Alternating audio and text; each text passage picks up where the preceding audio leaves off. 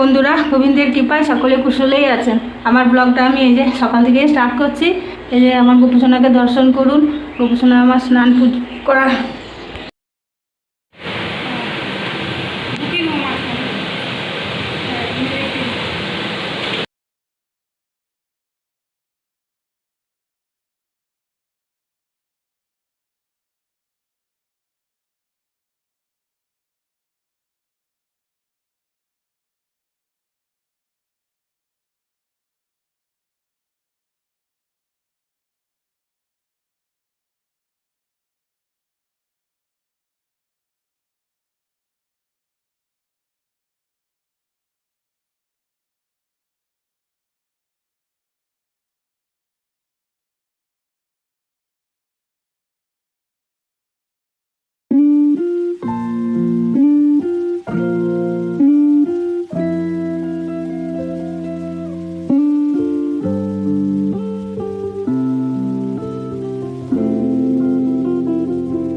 আজকে রিমুসোনার ভাতের থালা সাজিয়ে দিয়েছি, সেটা আপনারা দেখুন।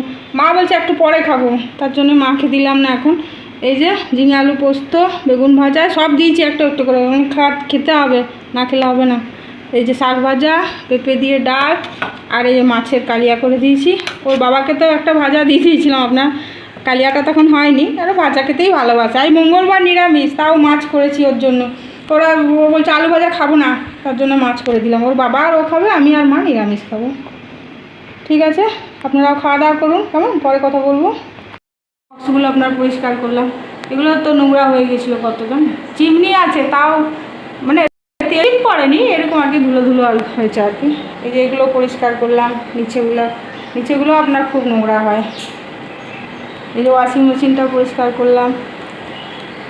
ওয়াশিং মেশিনে অনেক জামা কাপড় ধুয়েছি আপনার। এই চাদর ধুয়েছি, 4টা চাদর, আরও আমাদের সব জামা কাপড়। আর ওই মেয়েটা সাগরই আমার ধুয়েছে কটা, ওই ঢাকাগুলো দিয়েছিলাম। এইদিকে বক্সটা বরঞ্চ এখন হয়নি পরিষ্কার করে, একটু পরিষ্কারই আছে আপনার, তাও একটু করে নেবো। ঠিক আছে, পরে কথা বলবো। হ্যাঁ,